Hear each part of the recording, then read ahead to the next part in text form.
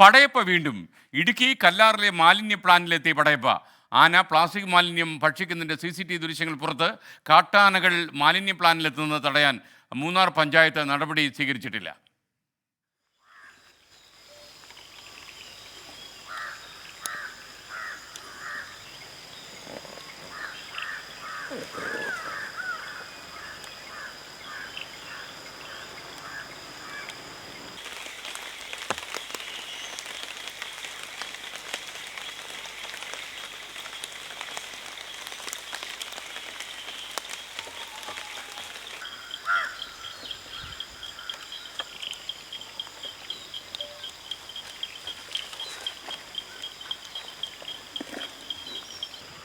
പടയപ്പ വീണ്ടും കയറി വരുന്നു. നമ്മുടെ രാഹുൽ വിജയന് പണിയാകുന്നു. രാഹുൽ വിജയൻ നമുക്കൊപ്പം ചേരുന്നു.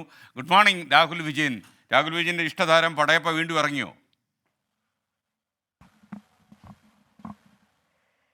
SKN കഴിഞ്ഞ കുറച്ച് ദിവസമായിട്ട് മൂന്നാറിലെ ജനവാസ മേഖലയിലുണ്ട്, കല്ലാർ എസ്റ്റേറ്റ് ഭാഗത്തുണ്ട് എന്നുള്ളതാണ് നമുക്ക് മനസ്സിലാക്കാൻ കഴിയുന്നത്.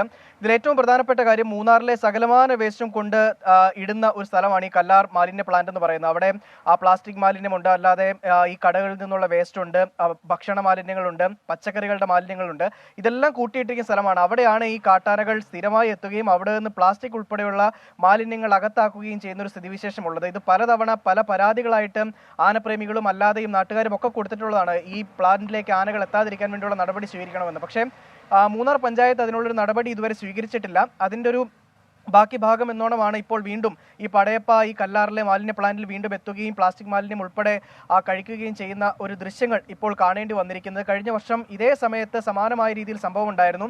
അന്ന് സോളാർ ഫെൻസിംഗ് ഉൾപ്പെടെ സ്ഥാപിക്കും, ആനകൾ ഇതിനകത്തേക്ക് കല്ലാർ മാലിന്യ പ്ലാന്റിലേക്ക് കയറാതിരിക്കാനുള്ള നടപടി ഉണ്ടാകുമെന്നൊക്കെ പറഞ്ഞിരുന്നു. പക്ഷേ അതൊന്നും വാക്കാൽ പറഞ്ഞതല്ലാതെ പിന്നീട് ഒരു നടപടിയിലേക്കും പോയിട്ടില്ല എന്നുള്ളതാണ് ഏറ്റവും പ്രധാനപ്പെട്ട കാര്യം.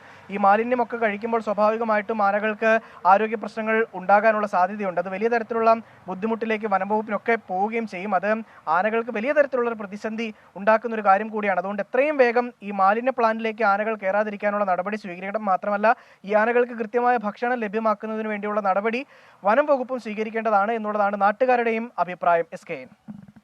Okay, thank you Rahul Vijayan.